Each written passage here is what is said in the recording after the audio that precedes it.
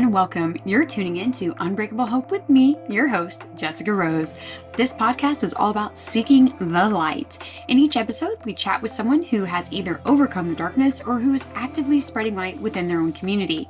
So let's jump into today's episode. Welcome back to episode 13.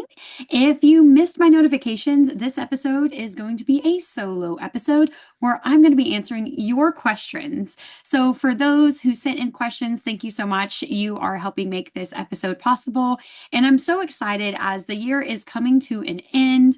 New Year's is my second favorite holiday. For those who know me, birthdays are my favorite.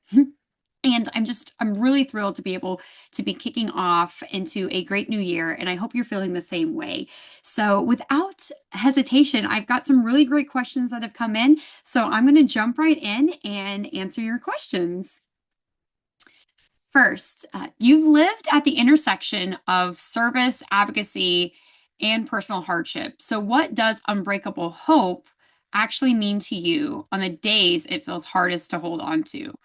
That is a really good question. So, unbreakable hope to me is not letting your circumstances defeat you. Back in good old 2020, we had a lot of life going on for my family between surgeries and medical illnesses. That was the year that we found out my husband's brain cancer came back. And of course, COVID on top of all that. So I really developed this theme of I will not be defeated.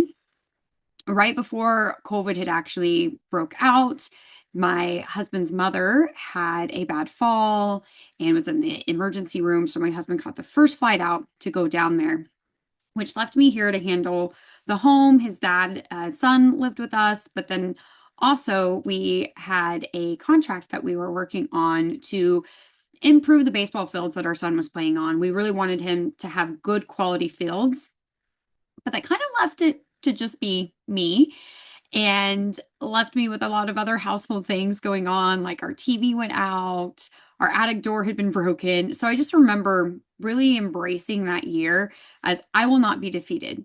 Here's all these things that keep coming at us.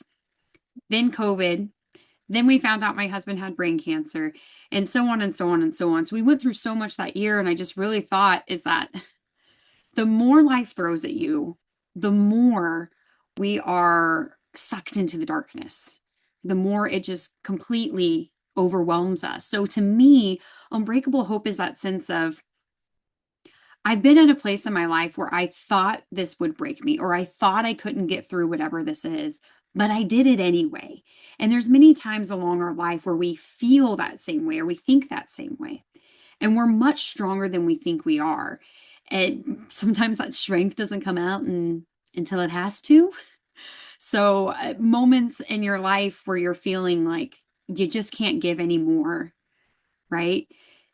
That's the part where it's unbreakable hope, is realizing that whatever it is that you're battling in your life, that does not have to break you, right? You can overcome it in whatever way you can with the best of abilities that you are. So and the unbreakable hope, that's what it means to me. And on my hardest days, I look back to other days that I felt were my hardest days. And I reflect and I think, living in the ICU for 9 days while my husband was in respiratory distress, I felt like that would be the end of me.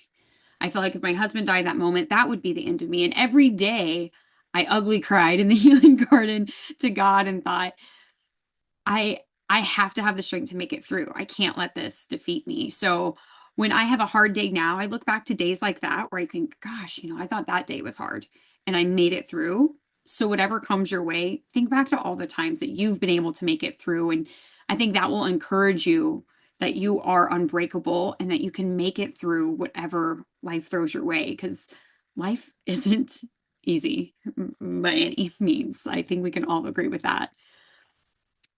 Question number 2, after years in suicide prevention and your work in behavioral health, what is something you truly wish the general public would understand about suicide that the data alone can't explain? Ooh, I love this because I get on so many different soapboxes about this question and go different directions with it.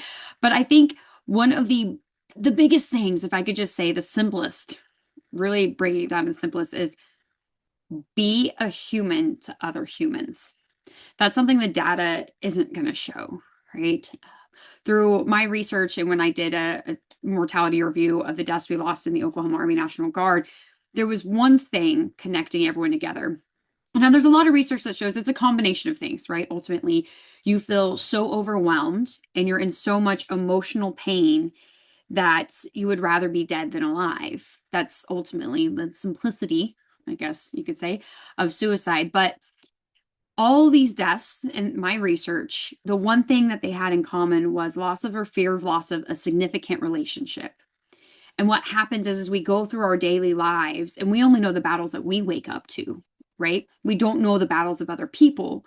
But what happens is that we're so inward in what's going on with us. We're not treating those around us as humans.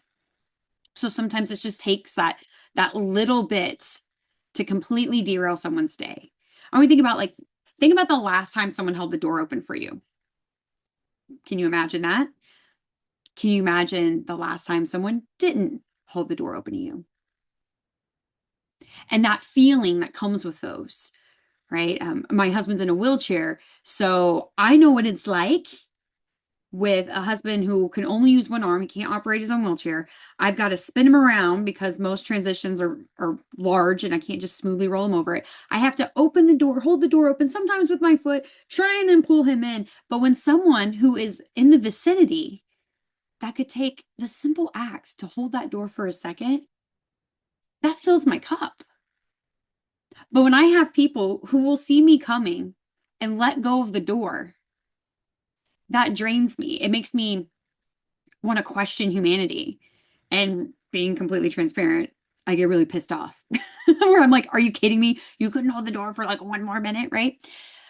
So think of that when someone is already feeling so overwhelmed that they'd rather be dead than alive. And if you could take a second, 5 seconds to hold the door or another kind gesture, I just think that's one that we can all relate to. We can remember a time where someone held the door open for us and how that was very sweet. And we can also remember a time where somebody let go of the door and you had to catch it. So the biggest thing, the question was, what would I really wish the general public to know that the data can't explain is be a human to other humans, because you don't realize how many lives that you're going to save by showing some light to somebody who's in the darkness. Next up, as both a researcher and an educator, how do you hold space for hard data? While also naming its limitations, especially when lives are impacted by what the numbers miss. Ooh, that's a deep one. So I will say that God blesses us with all kinds of different unique traits and abilities.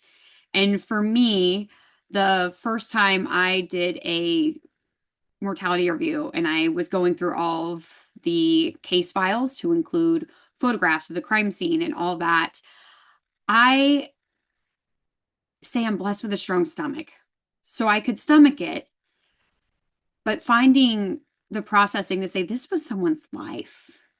These were these things that was going on in this person's life that ultimately contributed to that overwhelm that ended their life.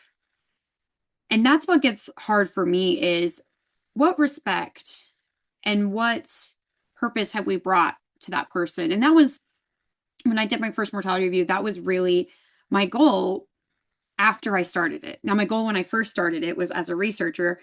I hadn't been in suicide before, so I wanted to be able to research about suicide and learn what we could do better. But once I jumped into that and I started learning about these people's lives and I had a face to put to these case files, my goal was no longer to learn about suicide in itself. My goal was to bring honor to those lives and find what can we learn to thus save others. A big thing with data, again, you guys with the data questions, it's like, you know me in my soapboxes. I love you for this. The thing with data is that our data is typically 2 to 3 years old. data has to be sorted and it has to be cleaned and it has to go through all this processing before it can actually be released to the general public. The other thing to consider is a lot of this data, it's not local level. So to be able to make things more general, not put someone's personal business out there, we have to generalize, which then what that does is it widens the net and widens the net that a lot of those details that are timely and specific, we're not able to actually use to help save lives. So when the question said, especially when lives are impacted by what the numbers miss, yeah, the numbers miss a lot. And the biggest thing is that they're outdated. That's one of the reasons I advocate so hardly on local level suicide mortality reviews, because you can find out what's going on in your community and make a bigger impact. And then I also feel like what I was just saying is it brings more honor and purpose to the life that we lost, because you're able to do something and then go on and help other people. A lot of times we get mixed around the numbers, and there's so many flaws in data. Unfortunately, I love data as a researcher, but there's so many flaws.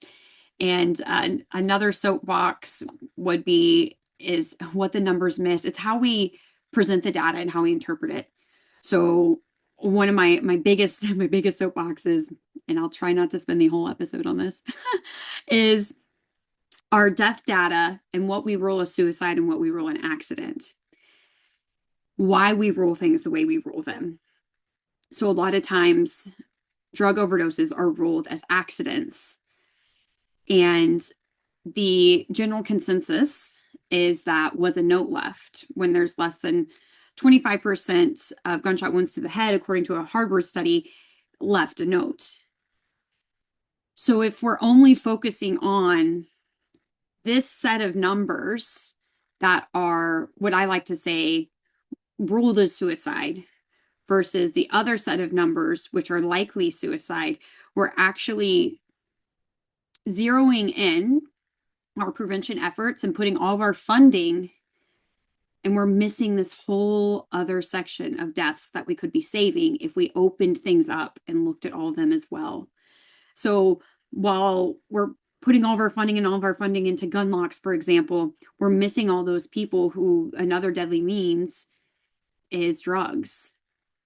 That's a big thing that I feel like the numbers miss, shall you say, because when we interpret the data and we promote the data, we have this, in the criminal justice field, we call it the dark figure of crime. So for me, it's like this dark figure still of data.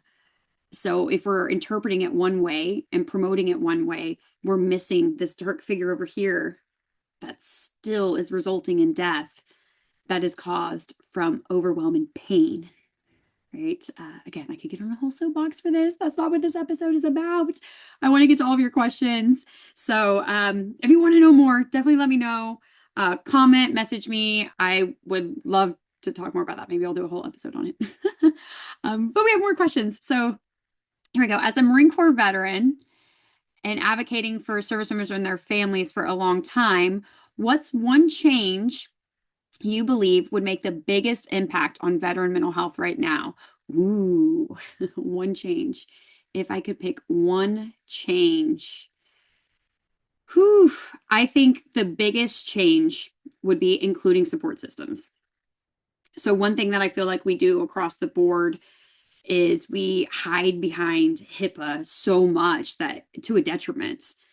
So if our veterans are service members, right, those who have served, first responders, this is kind of like could be a widened thing here, but if their family, whoever they choose, right? So also side note for those who don't know me, I don't believe in the definition of family being someone who shares the same blood or DNA as you. I believe that you choose your family. So whatever that looks like to you, right? Your best friend, right? Whoever your support system is, think of it that way. When I say family, I think of your inner circle, that inner heart of people that you have in your life that you choose to be there to support you. Okay.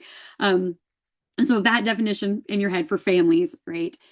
If they were involved in the process, for example, a veteran goes into an inpatient treatment facility, right? What happens to the family? Well, they're at home. Does the family get any training or any information on how they can support their loved one? If their loved one comes home from an inpatient, they're not involved in that again, I feel like it's because we hide behind HIPAA so much because we're so concerned with it. But if we change something where we actually included whoever that support system was, if we allowed the service member or veteran to say, hey, who's your support system? And can they come into the next appointment? Maybe we could spend the last 10 minutes, maybe we could get them on the phone and talk to them and answer some of their questions. Because think about it, when you have another injury, right? You have surgery. Great example. You have to go under anesthesia. Do they let you drive yourself home? Absolutely not. You have to have a driver. And some places will go as far as you have to have that driver check in and show proof of driver's license in order for you to even be able to go back and have your surgery. So if we're doing that and we're including whoever your family is to help get you through that, and normally when you're in the recovery, your family member can come back. They can ask the doctor or the nurses any questions, which normally involves something along the lines of, what does recovery look like? Right? Do they need physical therapy? What's their pain management? Stuff like that is not involved when it comes to our mental health. And our mental health, we could use the same level of support and involvement with our family. So I think that would be the biggest, if I could pick one change, it's so hard. If I could pick one change that I believe would make the biggest impact, that would be it. Including the families in the care and not just assuming that they know what to do. Okay, another one. Resilience. Oh, that word. Okay, resilience is a word people use often. Yes, they do. But how do you define resilience? Okay, when you're caregiving, grieving, and still choosing to show up for others. I love this. And if you didn't realize, I'm not reading these beforehand because I wanted this to be like unscripted, right? So like in the moment, the raw, the real. So resilience, that word is starting to drive me crazy. But I love that you asked, but how do you define it? Because I think that's really important, is that there's this, it's almost like self-care. The word gets thrown around so much, it now doesn't have meaning anymore. I think that people see it and it's like that overplayed song. You're over it, right? So if you're hearing this and you agree and you're totally over the word resilience, like let me know if I'm not the only one, because yeah, that word drives me crazy. But I love this question. So how do you define resilience? And I think this kind of goes back to what I was talking about before with the unbreakable hope. Is resilience is that inner voice telling you that you cannot be defeated. You will not be defeated. Whatever it is going on in your life, you can make it through. You know, it's those moments that actually build the resilience. So you said specifically when you're caregiving and grieving, which is very true. In my case, my husband has brain cancer, and I had read an article by Bruce Willis's wife, and it was the first time I'd actually heard the term "the longest goodbye." And of course, it's referenced for Alzheimer's. But for me, I have definitely felt that way over these last 5 years and all the grief cycles I've gone through. So, caregiving for my husband who has brain cancer, or, like he has two terminal illnesses. My husband hates that term. And I love that he hates it because he says life is a terminal illness, right? But what that does is you're faced with this constant every day is your last day. And I'm grateful for that, but it does often kick up a lot of grief. Grieving the person that I was before my husband got sick, grieving the life that my husband and I had together, the future that we had planned together, the relationship dynamics that have changed between family and friends, and just my husband and I's relationship dynamic, having to grieve a lot of that. And your question is like, well, I'm going through all that, still choosing to show up for others. And I think that goes back to the resilience part, right? If we're going with the word, it's in the question. Is that part of, I can get through this. This won't defeat me. And it's something that I've built over the years of looking for the light amongst the darkness. I've shared before a story of a dear friend of mine lost her husband tragically. And I think of her often because I think of how grateful I am that I get the choice that every day I know is my last day with my husband, and she did not get that opportunity. Now, there's obviously, if you want to draw it down, benefits, drawbacks to both of those situations. But ultimately, I look for the light. And by choosing to still show up for others is part of me sharing the light for others. And going back to the other question, right, about what's something that we could do to help people who are thinking of suicide, and it's treating each other like humans. It's educating other people on that there's always going to be darkness. And if we look for the light, and sometimes in my life when I'm going through a certain situation, if I'm getting stuck in that darkness or stuck in my own mindset, I think for a second, how could I tell this story and how could it benefit somebody else? That's part of the light that I often seek. So still choosing to show up for others is also a way to show up for myself, is reminding myself that this is bigger than just me. Right? It's my husband as well, but it's everyone out there who's going through something similar or having similar feelings. Because I think that's something we get confused about a lot too, is that if you, I was trying to think of an example that literally I was just talking about with somebody the other day, where people assume they know what you've been through because they've been through the same situation, but they don't. Maybe there was different feelings, there was different circumstances. But at the end of the day, a lot of those feelings are the same. The details are the difference, right?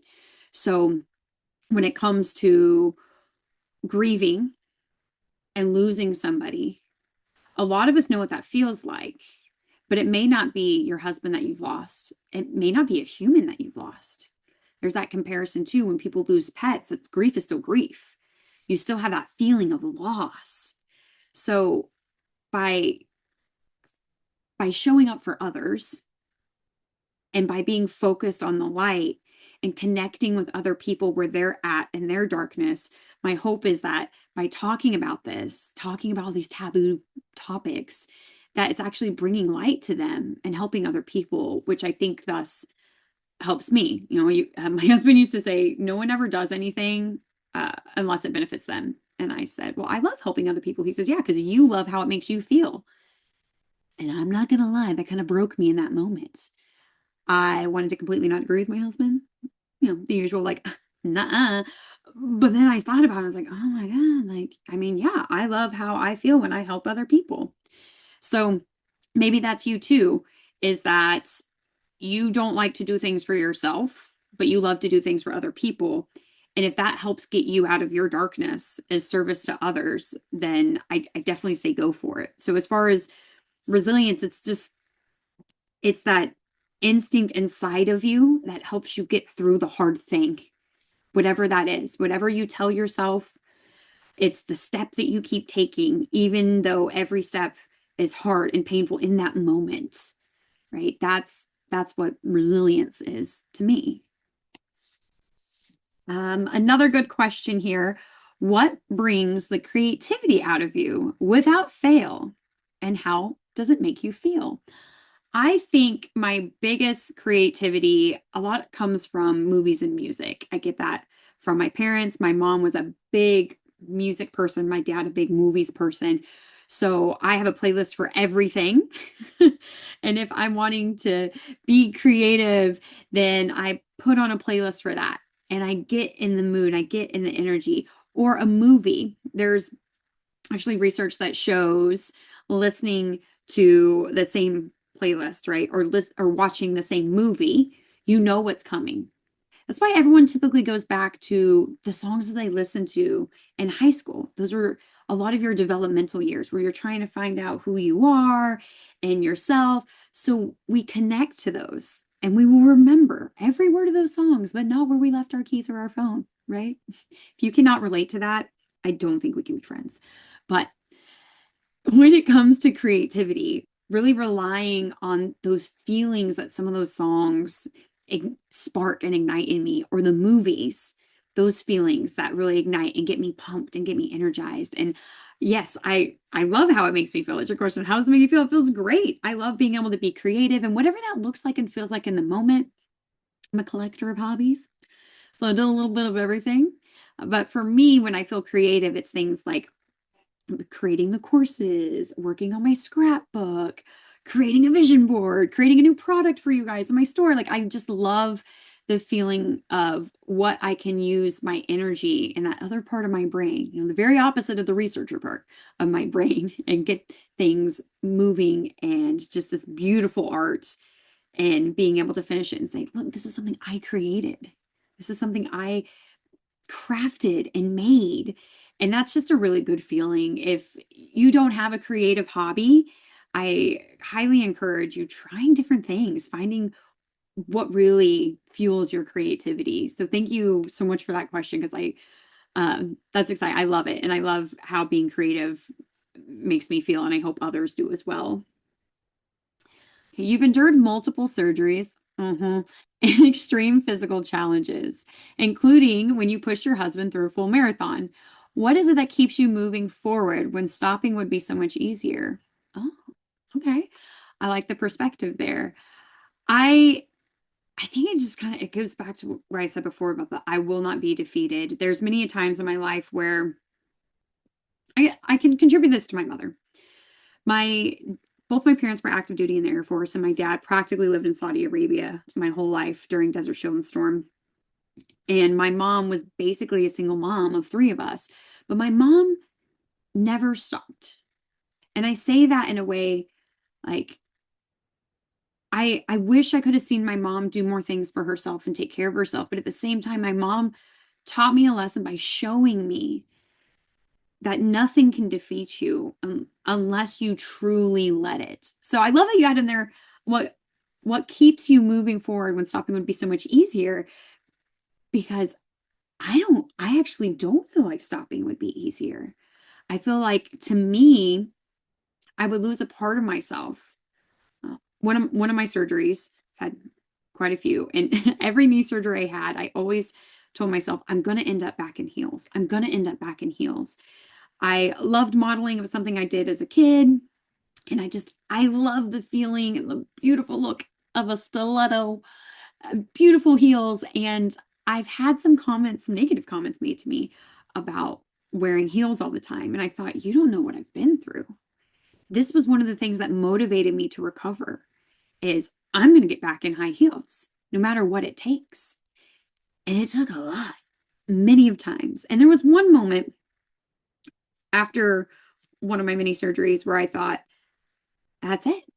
I'm not going to be able to run again, and I'm not going to be able to wear heels. And I had kind of given into that. I'd actually given away, and I still regret it, a whole bin of beautiful platform high heel shoes and other beautiful heeled gyms. And for a while, I allowed myself to be in that defeated stage. I had a really great mentor at the time, too, who had pulled me to the side, and he said to me, something's going on.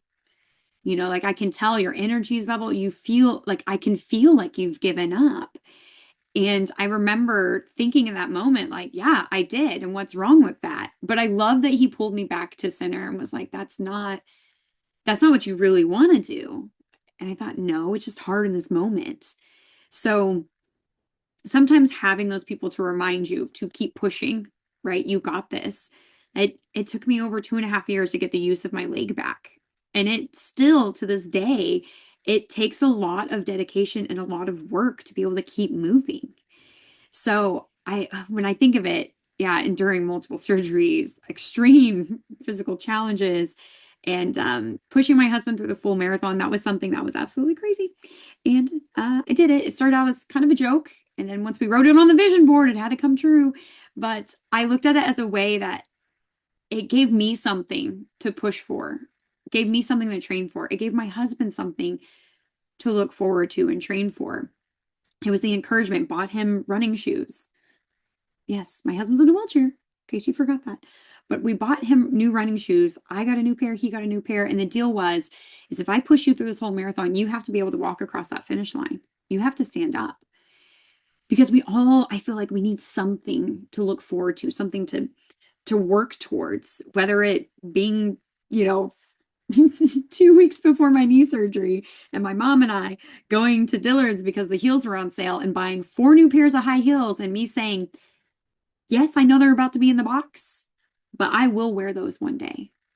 I'm going to work hard to be able to move my leg to where I can wear those heels. So I think that's something I think of my mom and I think of like unstoppable, that nothing is going to get me down.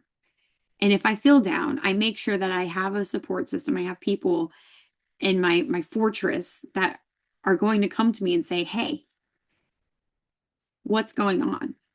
You know, where's the spark?" Right? I have my playlist. I have other things, and honestly, these multiple surgeries and practically having my femoral nerve severed taught me a lot. I had found recovery in running after I thought I could never do it again.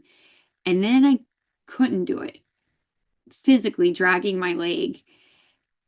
And I kept telling myself, like, I have to be able to do this. I have to be able to do this. But in the meantime, I was going crazy up here in my head. So trying different coping skills, trying different hobbies, figuring out what can I do because now I don't have running. That was my biggest stress reliever. And having to work through all of that really exposed me to other ways to keep myself going, keep myself motivated, and keep me away from all those draining thoughts of the I can't, to, well, what can I do in this moment? And what can I do to get me to the life that I want to get back to? What has caregiving taught you about love, leadership, and asking for help? Yeah, in a culture that glorifies doing it all alone. Oh, interesting. So, caregiving has definitely taught me a lot. For me, the first part of it, what has caregiving taught you about love? We get married and we say the very standard vows, right? In sickness and in health. But what I've realized is so many people, you get married for different reasons. Absolutely no judgment here. My husband and I, though, when we first started dating, I like to joke, we laid all of our skeletons out, said, this is who I've been, this is who I am, here's my values. Do we want to proceed going on any more dates? Like, let's cut to the chase here, right? And we built our foundation in our relationship off of our core values and our beliefs and what love meant to us. Now, yes, we had similar interests, but we also had interests outside of each other. We had friends outside of each other. So we really built this healthy relationship where I wasn't solely reliant on my husband for everything. I had friends and I had other hobbies, but I knew that I could rely on my husband where it counted for me. That's where I think it's really important for us to know what our each individual values are, because if we don't know that, how can we communicate that to someone else? Personal opinion here. So what it really taught me with love is that I feel like my husband and I really did it right by building our relationship, by bonding over our core values. So when this in sickness and health came, and my husband always knew it was going to come back. I didn't quite believe him, I'll be honest. But we're definitely in that in sickness and in health situation. I make the decisions based on whether my soul can rest at night. And for this, I rest at night sometimes when my husband lets me. Let's be real about that. But ultimately, my soul rests at night because I feel like I'm doing the best I can with what I have, and I'm doing what I feel is best based on my values and my morals and my capacity. But I've also built that support system outside of my husband that helps keep me going. As far as what caregivers taught me in regards to leadership, it is a completely different form of leadership. Having to literally advocate and fight for your loved one's life, you learn a lot. And I joke sometimes, or I put my Marine Corps pants on and I had to be the lot more abrasive or stern part of my personality. I love to be the loving one, the one that gives hugs. But then there's a time and place where you got to cut the shit and you have to get down to what is it? Is it a policy that needs to be changed? Is it a person that needs to be removed from my husband's care? You're literally, the leadership role that I've had to take on managing his health has been a lot. I've learned so much more along the journey from caregiving, and I'm grateful for my time in the Marine Corps and having that leadership role at such a young age. I feel like it really helped me in this role as I literally think back to that, put my Marine Corps pants on. If I was in charge of my young Marines and this was a life or death situation, which a lot of the times with my husband, it's been some life or death situations. What do I need to do? And the third part here is asking for help in a culture that glorifies doing it all alone. I'm actually quite curious about this. I would love to have like a whole one-on-one conversation with you.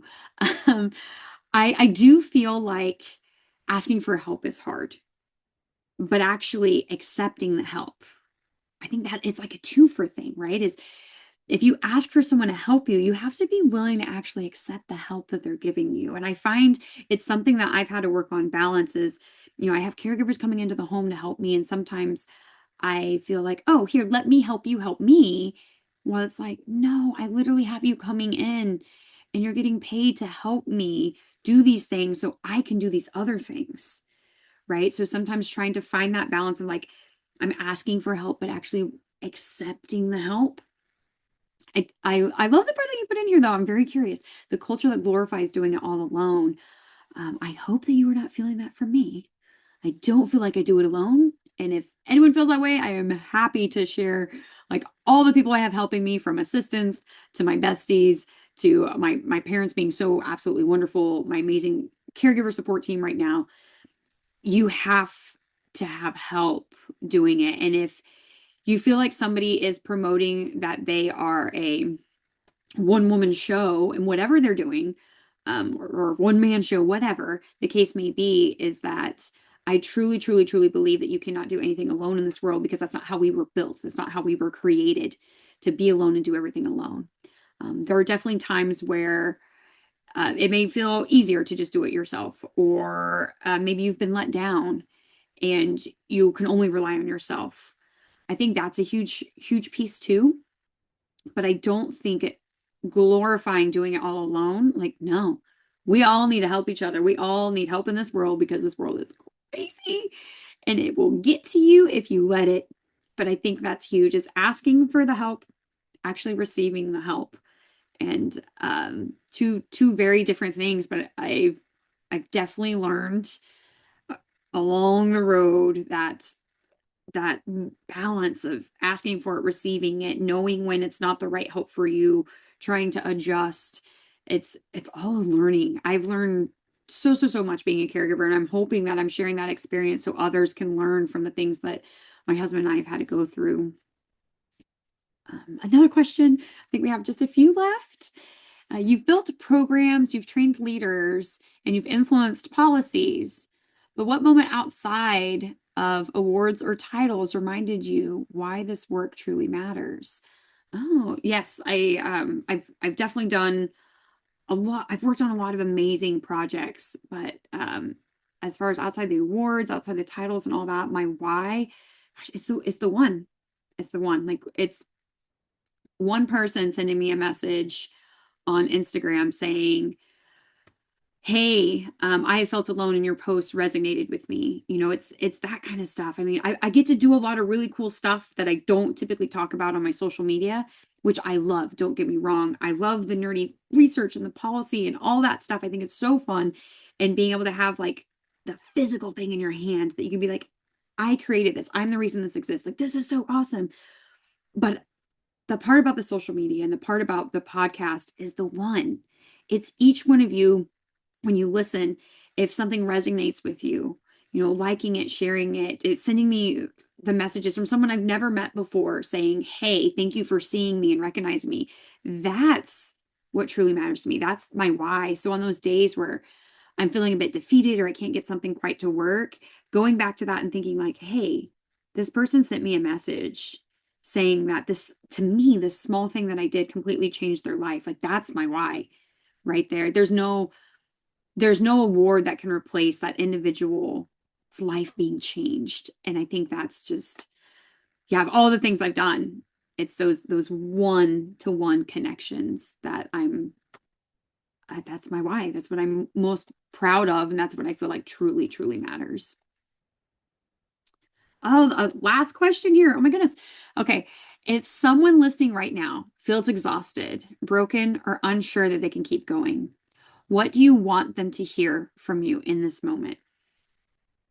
Just going back to a lot of what I've said today, almost a great summary is whatever you're going through right now, it can't defeat you, right?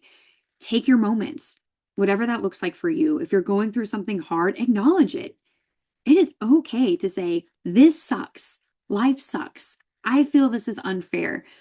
Those feelings happen, and pretending like they don't is not beneficial, right? So take that moment. Recognize that whatever you're going through right now is hard. Saying out loud, I'm freaking exhausted, right? I've had that moment. I've had breaking moments with caring for my husband where I say, I'm tapping out. I don't think I can do this. And then I go and I take my 5 minutes and I let those feelings come through. I cry it out. I get it out. I take that deep breath. I say, okay, this isn't going to defeat me. I've been through hard situations before. I need to rationalize here. And what can I do in this moment to make this moment better? And then it's all about those steps, little steps, little steps, little steps, so you can get back to leaping. After many of my surgeries, I call it 1-2 stepping. You're going up the stairs and you have to go one step with both feet, one step with both feet. And then eventually you get stronger and you get to the point where you can do 1 foot per step. And then maybe you're in a great mood and you have all this energy and you skip a step. Like, good on you. But in the moment where you're 1-2 stepping, just embrace that. Acknowledge that it sucks. You know, get somebody in your circle that's like your vent buddy, right? Whatever it takes, get it out, acknowledge it, but then also know that that moment is not going to defeat you. You can overcome it. Just one little step at a time. This has been so much fun for me being able to get all these questions. Thank you to all my amazing listeners who sent in their questions, whether you commented or DM'd, or I got a couple via email. Shout out to my assistant who was keeping up with all that to make sure I got all the questions for today. I'm so appreciative of all of you listening and supporting me as I try and share more light into this world.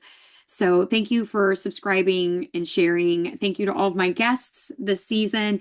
And I can't wait. We already have some great guests lined up for you at the start of the new year. So I hope you're sticking around with Unbreakable Hope as we're going into the second half of our season 2.